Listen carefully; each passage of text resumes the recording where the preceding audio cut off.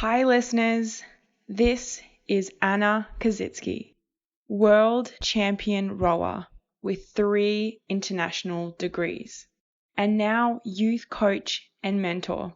This is the Aspire Beyond Greatness podcast, where I share inspiring individual stories to empower you to achieve your goals and future life pursuits.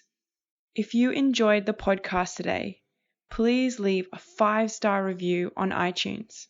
Head to my Facebook, Instagram, and LinkedIn at Anna Kaszycki. Have an exceptional day, and remember, go after what you want. Thank you so much for joining us today, Kathleen Kingsbury, on the Aspire Beyond Greatness podcast. You're welcome, Anna. Thanks for inviting me. Awesome. And so just to give you some background on Kathleen, she is the mentor and group facilitator of Beautiful Minds Australia. She has been a yoga instructor for the last 10 years, so she's all about health and well-being. And she's also the director of a growing organization, which is the Global Wellness Group. So we're really excited to have you here today and to share your story with us. Thank you. Stoked to be here. Really cool. Awesome. I want to start off with, kind of reflecting back to a younger version of yourself. And if you could think about when you were 14 years old, what would be possibly one piece of advice that you would give to your 14-year-old self? Okay. So when I was 14, I was so about then I would have been like right in the full-blown adolescence, yeah? So I'd have been absolutely full of feelings. So thinking back, I would have been really fairly furious a lot of the time. Like everything would have been annoying me, or it would have been like really exciting, or I don't know, that teenage kind of thing. Everything's really intense. So I think I would have told myself I would tell myself now that that's completely normal and it's okay and it doesn't last forever and it's just part of being an adolescent. And you're supposed to be questioning everything and you're supposed to be annoyed all the time. And then 1 minute you're this and 1 minute you're that. So I'd kind of let myself know I was entirely normal to be seeming like so all over the place. Mm-hmm. Definitely. And I think you sort of feel a bit weird at that time too, don't you, riding the emotional roller coaster? And you're like, am I the only one? Yeah. It's going to happen. Like no parents come up to you or teachers usually and go like, oh, so this is going to happen and you're going to feel out of control and you're going to suddenly notice all the feelings everyone else is having in your own ones and it's just going to, you're going to feel a little bit nuts. Like no one mentions that. Definitely. And people call you out on it. I know even as I got into my 20s, I had coaches come up and tell me when I rode in that you're riding this emotional wave, and if you just sort of keep plateauing and realize that things will be okay, then it won't be so much of this overwhelming experience. And I just thought, oh, that's so silly, like they don't understand, and I'm just getting really upset. But then as you get older, you understand, it makes a lot more sense, and life's a lot better when it's a little bit more stable. So I think that's really great advice. Yeah, totally. But we're supposed to be like that when we're teenagers. We're supposed to be all over the place. It's our job. Definitely. And I can see that you have, a lot of different experience and helping some really great communities in a lot of different ways. And I'd just love to know, Kathleen, how did you decide on the career that you have? I kind of just fell into it. So I started in service industry. So I left school kind of early, did a bit of a fingers up to my dad and like bailed out, even though he was lovely, my poor dad. Oh my God. Anyway, so went into like waitressing and then I did some like retail stuff.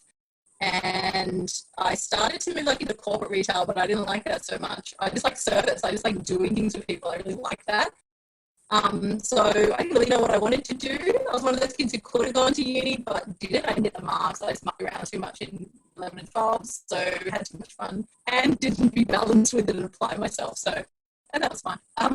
And so I went and just kind of got out there and started working and getting into it. And I went overseas. I went to the UK. I met a guy, went overseas, the old story. And we had a child. So we were married. I was married really young. Like my kids are like, you're a freak, you got married so young, I was married at like 21 and had a baby at 22. So first of all, my first career, what I think of as my career was like having kids. So I had, like first two little girls. And then I started going to yoga classes maybe when I was 20. I always read about yoga, but I'd never gone and done it. I knew the philosophy inside out. I loved the yoga philosophy and kind of tried to live like that. It's a really nice way to try and live and be a good person and stuff. I really like that. So I kind of already knew a lot about yoga. And then when I saw something in the post, I think, and it just said about being a yoga teacher. And I went to a class. Strangely enough, I'd never been to a class till I was 28. So it took me all these years till I was 28 to work out what I might like to do. And in the meantime, I was working in a plant nursery and all kinds of things and being a mum. And then, I went to one class and I was like, I could do this. I could teach this. Like, I can share this with everybody. This is valuable in the world. This is of use to people. Like, this is really cool. This is an extension of, this is service. I can do this thing. And so a couple of years later, I did teacher training and I just started teaching yoga classes. So that was kind of, that's I suppose starting like a career kind of a thing. Yeah. Awesome. And it's such a beautiful practice. I think I haven't done probably anywhere near as much yoga as you, but after sort of being a competitive athlete for a while, I just loved the relaxation of it all and just feeling, like I was actually looking after my body in a different way doing yoga. And I remember falling asleep a few times with is it Shavasana, where you are lying down at the end? And I'm like, I wish there was a sport for this. This is amazing. So, no, that's so good. And it's so good. Oh my God, it's the best. Do you find that it is a huge practice to, self-care and looking after your body? Is that sort of a big part of what you feel is important to you with the work and everything that you're doing? Yeah, definitely. And I do it more and more and more and more, just because the more, it's weird. It's one of those things, the more the time that I take time out to do, so like swimming, I swim like an hour a day laps. I do this thing called total immersion swimming, which is really chill. So it's kind of, you move into the yoga zone. So yoga means, it doesn't mean those postures. I'll just throw that in there now. It means union. So it just means to connect with whatever you're doing. So if you've been an athlete, it's being in the flow. It's being in the zone. It's the same feeling you get if you're listening to music, or if you're riding a horse, or if you like walking a dog, anything that you completely relax and chill into that, and you forget about everything else. So you can be painting or drawing or writing. Most people have had a feeling of it, and that's what yoga is. It's not necessarily doing the postures, and so it's really showing people how they can find that in their own way, like because not everyone wants to do yoga postures. You know what I mean? Yeah. Throw that in. And what was your question? Because I forgot. I went off track. Oh no, that's okay. That's perfect. Yeah, definitely. In the flow of things, I think that sort of sums it up, isn't it? Is that life really is about that sort of, consistent flow of things that are happening. And you kind of have to ride it a little bit because you don't know, always when good or bad things are going to happen, but you prepare and you learn and you grow along the way. So I think, that's sort of all a part of it. Totally. It was self-care. That's what you asked me. So the self-care thing was, yes, definitely. I like to do the things that make me feel like that. So the things that make me feel in that zone. So for me, it's yoga. It's like chilling in the park or something. It's definitely swimming, those things. And the more I can do of that in a day, the more efficient I am everywhere else, the more I actually get done. So I used to think that maybe the more I did of that, there'd be less time for other things and I wouldn't be so productive. And turns out it's just the complete opposite. I can get a ridiculous amount of things done when I'm super chill. But if I'm all stressy, it's kind of like, I don't know, there's not enough time to do anything and it's all this saga and everything. So so I've learned over the years to just be as chill as possible and get mountains of things done. It's amazing. Definitely. It just reminded me, I've been reading a book at the moment about relationships, and the woman who writes it, Melissa Ambrosini, she talks about how when she's with her partner and they have, an argument or a bit stressed or something, she calls it cortisol. So she's like, I'm feeling all cortisol today or something, and it sounds so strange, but I like it. It's a way of describing how you feel. So it's good. Yeah, instead of all oxytocin, which would be the feeling awesome. Yeah, I mean, it's not possible to feel that all the time, although I'm sure we'd all love that. Yeah, that'd be nice. No, definitely. And so given your wealth of experience in a few different areas, I'm interested to know, I'm sure you've had a lot of different lessons throughout life, And what would you say has been your greatest lesson in life? Okay, would be to open up to things. So in this line of work, particularly in working with people, there's often this idea that you have to put a shield up around yourself. And I completely disagree. I think you should just let it all in. That, to be compassionate and have empathy for another person involves being with them while they're feeling their feelings and understanding from a feeling perspective, like listening to what someone's saying and feeling it with them, and not being like just being a person rather than being someone on the outside. There's a really good, I think I wrote it there in my bio. It's there's a man called Graham Long, and he was the pastor of the Wayside Chapel in Sydney, and that's an outreach kind of a place for people who are homeless. And he said this amazing thing, and I've just never forgotten it ever, and I think about it like nearly every day. And it says that people are a person to be met, not a problem to be solved. It's like so nice, because so many people, in the past perhaps I'd have been, oh, how can I help? And it's like, people don't need help, they just need to be acknowledged, they just need to be listened to. People can help themselves, people just need to connect with each other. So that would be my biggest lesson of learning, is that we're all just exactly the same, and we all just want that lovely human connection. That's all we want. Definitely. I think for our younger audience too, it can be difficult to understand that. At least I remember being 14, I had no idea, what it meant to sort of love someone else properly, or to be loved, or show love, different things like that. And, like you said, we're people, and that's how we need to treat each other. And even that statement, you hear when you're a kid, treat others how you want to be treated. And it's taken way too long to understand that, but it's such a good sort of and succinct way of putting it, although it takes a lot of practice to get to that point, for sure.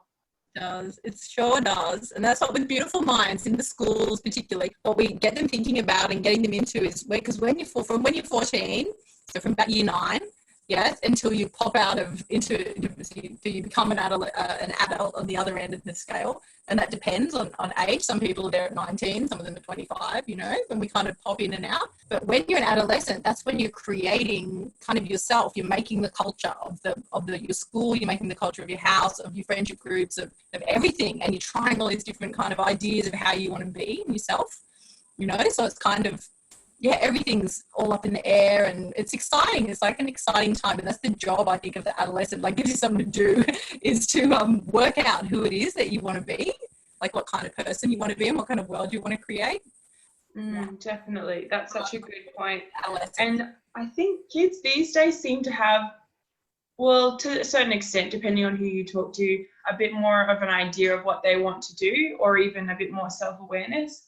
And I think we almost sort of need that with the different things that are changing in terms of, like safety and social media and that, and have this idea of who we want to be. But it still doesn't change that that's still a huge time of growth. And it's really important that you do take the time to understand yourself and be patient, like what you were saying. It's okay to feel like this huge whirlwind and a roller coaster all the time. So that's an important one. And I'm interested to know, obviously, given the lessons and things like that, life gives you setbacks, right? Life gives you obstacles to overcome. And I would love to know, what has been your greatest setback? Okay. My greatest setback would be not acting on my intuition fast enough, like needing too many signs, before I change something, no matter what that was.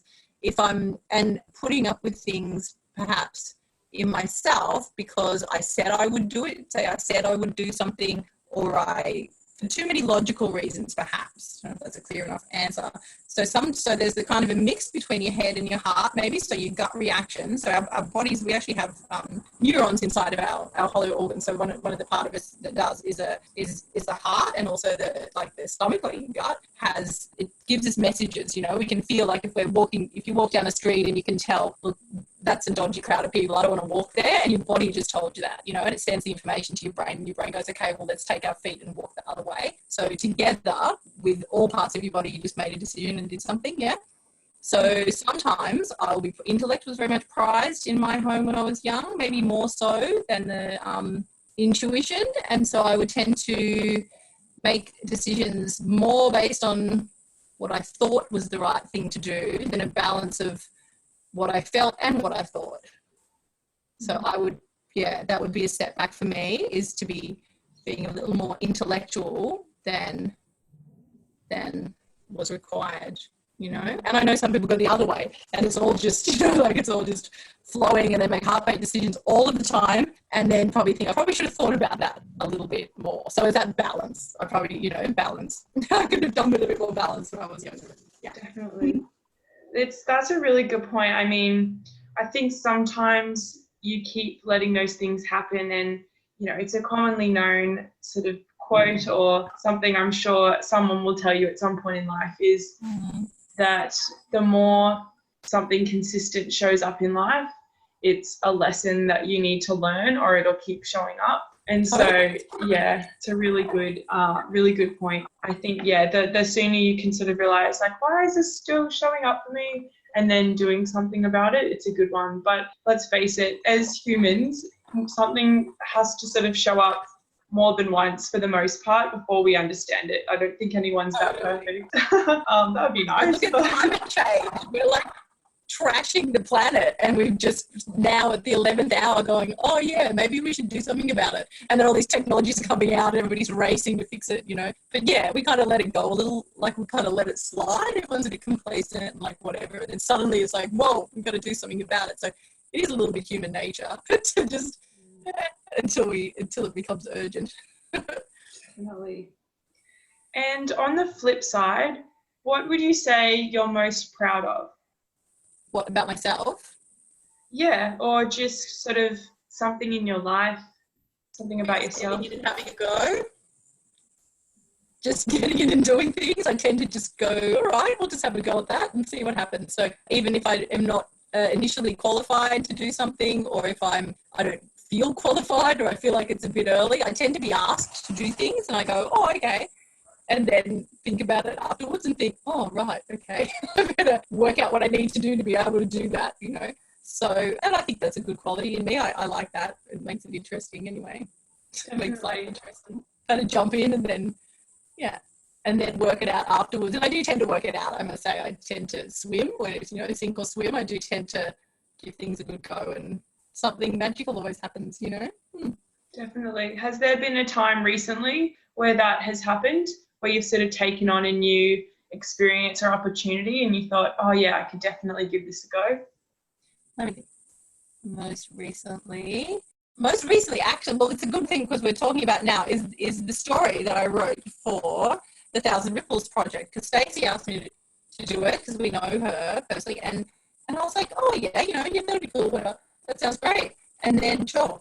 And then like the full year that we had to write it in passed, and it was like day 364, and I felt like I was back at school like a teenager. I was the worst at school, and I didn't getting anything in, handing it in on time. I suddenly didn't want to do it, and I was like, I don't even want to do this. Oh no, but I've said I'll do it, I'll have to do it. And so I woke up and I wrote it all out, and it turned out to be a story, because I thought teenagers do not need kids don't need anyone telling them what to do. Like they're full of that already.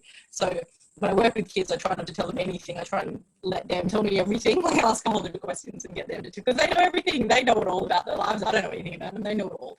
So anyway, and then, you know, they throw in little bits and pieces. So it turned out that I wrote a story, and in metaphor, and I actually use it in Beautiful Minds now. And it launched me into this writing thing. So I've got a whole heap of stuff actually ready to, I don't know, self-publish or approach someone else. I don't know. But anyway, yeah, so that was something that I just said, all right, I'll give that a go. And it turned out to be, I turned out to be good at it. So there you go. It may not have gone that way. I might have been really bad at it, but it turned out it was good.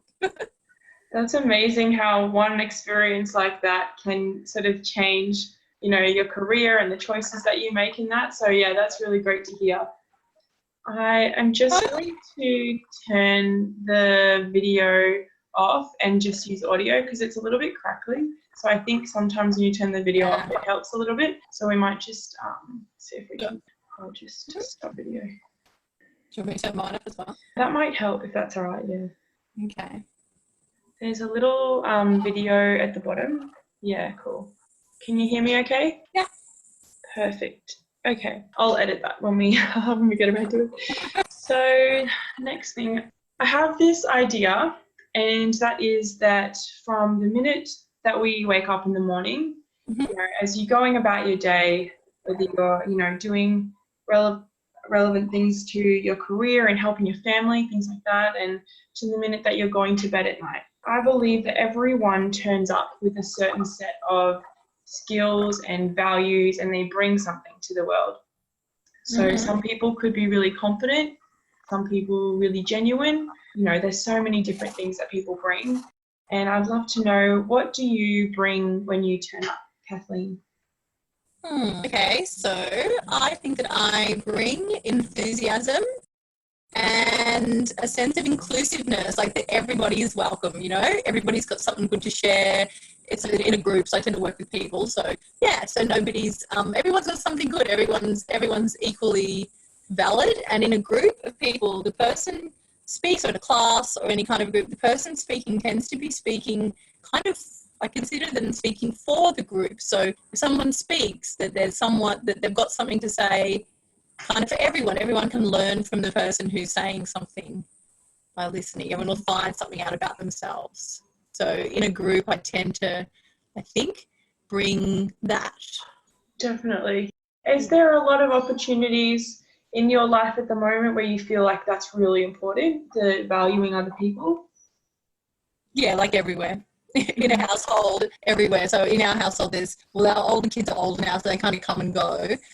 But there's anywhere from 3 to 6 of us or more if the friends or the boyfriends come over, or exchange students or whoever we have. And in everywhere, so I've got yoga classes and facilitate women's retreats and also yoga retreats, and working in a housing company, which is actually paying for it's giving 30% of its profits into that charity. So I work with people in the building industry, so sometimes I'll just tag along to meetings and meet people, and like the kid playing, that sometimes people bring their kids to stuff, and the kids playing My Little Pony with a little girl in Perth last weekend while the guys did the deals was just as valuable to hear what she had to say, as what her dad was saying when he was, I don't know, when they're pricing up all the projects and doing all the fancy stuff.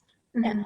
Definitely, that's it. I mean, everyone has something to contribute. So it's really great that you're able to recognize that, because, there's a lot of times where as a young person, you might not feel as valued because there's adults and people in, better careers, earning more money, that they have more say. But really, you're learning and you have questions, and there's things that everyone should be able to contribute. Totally. And young people have the best opinions sometimes because they haven't been, sometimes when we get older, I notice that I'll have an opinion, and other people, say my age, will have an opinion, other adults will have adults who've been adults for a long time, will have an opinion, and it's an old opinion. We formed it so long ago, and it's so boring now, and it's probably not even relevant anymore. And it just feels old, and it feels all like stuck in stone. And young people have, and older people do too, but young people, they haven't been asked their opinion very much. So it's always something new. It's great. It's really interesting. Like, have great fresh perspectives, and, like, even if the idea itself isn't something that's, really doable, the idea of the idea, it kind of loosens things up and breaks things up. Like, I ask young people their opinion all the time on all kinds of stuff because they think of things I never think of. It's great. That's great. I really love that. And I was just thinking, so I studied in the US for a little bit. I did my undergrad and master's over there. And in the papers that they have, a lot of them are asked for you to write your own opinion about things. And growing up and going to school in Australia, it was a lot more about sort of, textbooks and facts and figures. And I sort of felt, oh, really? You want me to write a paper about what I think? Is that, But I kind of enjoyed it. It was good. You can be creative, and that's a part of education as well. And so I kind of really enjoyed that part of it. But I think it's dead on. Young people have some really cool ideas about things, and it should definitely be brought out in them a lot more as well. Yeah, totally. They don't have as many ideas about what might not work. You know, many of them are more open to possibilities and like, yeah, that'd be cool and why not, you know, like their minds are more generally more open and malleable and more positive often and haven't, I don't know, sometimes adults, if we've had a bit, and children, I mean, adolescents as well, if they have had a tough time, can, you know, not see life in such a positive way, and that's understandable. Our experience often shapes how we see things, our experience in our past, you know. It's just, I think sometimes can be easier to turn that around with a young person that can turn themselves around. Definitely. That's perfect, yeah. And I'd love to know, obviously, as you're doing these different things and, you know, you're empowering other people, what inspires you every day? So what inspires me is, I mean, I like getting out there and getting amongst it. It's other people really doing cool things, so doing positive things. I like to have a quick look on, say, Facebook or Instagram for a little bit and read positive quotes and things that are uplifting.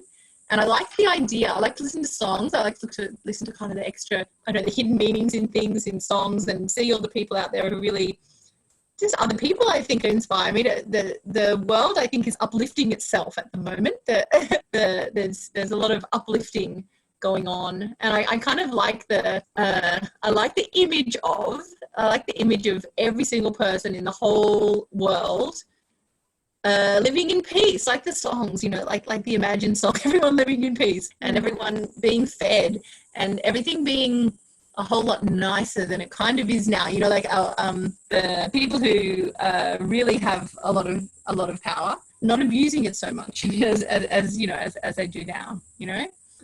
Not everybody in power abuses their power, and a lot of people do, you know, people high up in government and stuff. Yeah, but I think I see out there like a lot of lovely things, you know, a lot of people putting their hand out to help other people. I was recently in Manila in the Philippines, and a lot of the professionals in, like, say, surgeons, teachers, those kind of professional people, they donate, and they donate their time and their expertise to people who are less fortunate because the government doesn't supply much help in that area, not in the same way as, like, say, in Australia. So, for example, I was speaking with a plastic surgeon, and he, every fortnight, he donates his time, and he has to donate the supplies as well for to fix hair lips and cleft palates of children. Yeah, and that completely changes people's lives. Like, it's great. So there's heaps of people out there. In Manila, I was falling over people, helping other people, you know, and they're out there everywhere. It's lovely. That's beautiful. I think, travel is amazing to learn those experiences and just have that opportunity to see what other people are doing in the world. And especially, you know, it sounds like in different cultures, they just really don't have the same, you know, opportunities and quality of life that we might have here in Australia. So being able to see that and how people are supporting others with their time and, you know, the skill set that they have, that's awesome. Totally. It's a part of the culture because the people have to look out for each other because the government doesn't so much, you know, it doesn't so well as ours might. So people they don't forget each other as much as we might forget people here. Definitely. Yeah, that's an important thing to have, is to care about each other. That's how you build a community. Totally. It'd be like sometimes I think it's really, you know, in a family, if you just neglected one of the children but left everybody else and looked after the rest, it doesn't make any sense how we do that. We neglect some of the people, but we look after the others. It's kind of weird. Yeah, for sure. Yeah. And that's a good point to go on to our next question, which I believe that everyone, to get to where they need to be, has, you know, support in different ways. And I'd love to know, who has been your biggest supporter? Okay, so would be my ex-husband. So he's recently my ex-husband, and he still is my biggest supporter in terms of always just being solid, being a kind person. I still work with him. We do mentoring, we do adult mentoring together, and we run retreats together, and we raise our children together. Well, just the little one is left at home now, still together. And yeah, he's just a good person. So even when we're no longer married to each other, he is still an unwavering supporter. So, yeah. That's perfect. Yeah, I mean, we all need those people. So, you've got someone who's got your back, that's perfect. And, you know, building a family together and things like that, that's, you know, I applaud you. I haven't had kids yet. Totally. I mean, thanks. We applaud ourselves, seriously. It's like, and we're a blended family anyway, so we both have, so we already have, we're married previously, and so our 4 children were kind of 2 are his and 1 of mine, and 3 is mine, if that makes sense, because we share one. And so we've raised the girls with our other exes in a really supportive, blended kind of environment, so that nobody was real live near each other, and agreed to do that while they were all growing up. And, you know, we spent on Christmases together and everything. I mean, it takes, you know, it's not that hard. You know, some people it's very difficult for that to happen. But all of us just decided we're just going to let it all go. And, you know, there was no violence or abuse or anything. I mean, it's a different story if it's, you know, if there's things like that involved. But, yeah, essentially we just all, it didn't work out, you know, and our relationships didn't work out. So we're like, we're not going to stuff up the kids' lives for this. So let's, you know, let's all just be decent to each other, just, you know, because we can. And so we all did. So, yeah, we're all kind of proud of ourselves that we did that. And the kids are all great, and they all, you know, work as a lovely family unit. And yeah, it's really good, actually. So, and look, so that's another level of support. I did just single out Gian as my support person, but I don't think I have anyone in my life who's unsupportive. I'm pretty lucky. All the parents, everybody's, you know, my parents, his parents, the ex's parents, everybody's siblings, everything. I recently went to Peru, and my ex-sister-in-law came with me, you know, so people were to say, how do you guys know each other again? And I'm like, oh, I used to be married to her brother like years ago. So yeah, so there's just, you know, bad things can happen and things can not go as you want, and you don't have to like make your whole life suck because of it. Definitely, yeah. I think it sounds like your go-getter attitude must really help you out with, you know, raising a family from different partners and things like that, because I'm sure, you know, shared time and just sort of with the development and everything of kids, it takes a lot of patience and, yeah, a lot of love. Yeah, it does. Yeah, but it's worth it. I think it's having a go, you know, having a go. And I've been blessed, as in that I don't have any, you know, it's I don't have any major problems, so therefore, you know, I can just get on with it, you know. That's perfect. That's what you want, right? Yeah. Like I'm not dealing with health issues or anything like that. Yeah, that some people have to deal with. That would make it extra. I think those people are just incredible. Like people who actually have a real problem, you know what I mean? Like, or have a real challenge. I consider my challenges aren't that real, but, you know, I might have a little sulk about something sometimes, but I think like, oh, this isn't a problem. Like, just get on with it. You know, that's it. That's perfect. I'm interested to know, have you been selective with the people that you have in your life, or has it just been that you know, as a person have attracted really good people into your life? Yeah, again, the blessing. I think I just attracted good people. I just got got blessed. So yeah, and just roll with it. I mean, obviously I'm not best friends with everyone that I've ever met in my whole life, you know, and yeah, I generally like people. I think people are really interesting. So yeah. Awesome. Okay. Well, I would love to sort of finish up by saying thank you so much, Kathleen, for joining us today. You're welcome. And thanks for having me. No worries. And 3 takeaways that I would love to acknowledge you for is your insight into being able to care for yourself and how you've been able to do that through yoga. And also being able to listen to yourself is so important. So, you know, the gut feeling that you were talking about, if you're walking down the street, understanding that sometimes certain situations it's really important to listen to ourselves. And finally, the value that you have of your inclusivity and just valuing others. I've really loved hearing about that and the stories that you have to share. So thank you so much for that. You're welcome. Thanks for having me. It was awesome fun. No worries. And before I let you go, what is the best way for our audience to connect with you? Okay, so probably let me think. I'm just, as everybody seems to be, redoing my website. So if you went for, and literally changing my name and everything, like my personal name, so maybe even Instagram, and I can't think of what my thing is because I just changed that as well. I don't even know what I call myself. It's my name, but I don't know where the underscores are. Okay, so we'll go for themindfulheart.com.au. So THEMINDFULHEART.com.au. Perfect. So check her out on there. And thanks for listening, everyone. And stay tuned for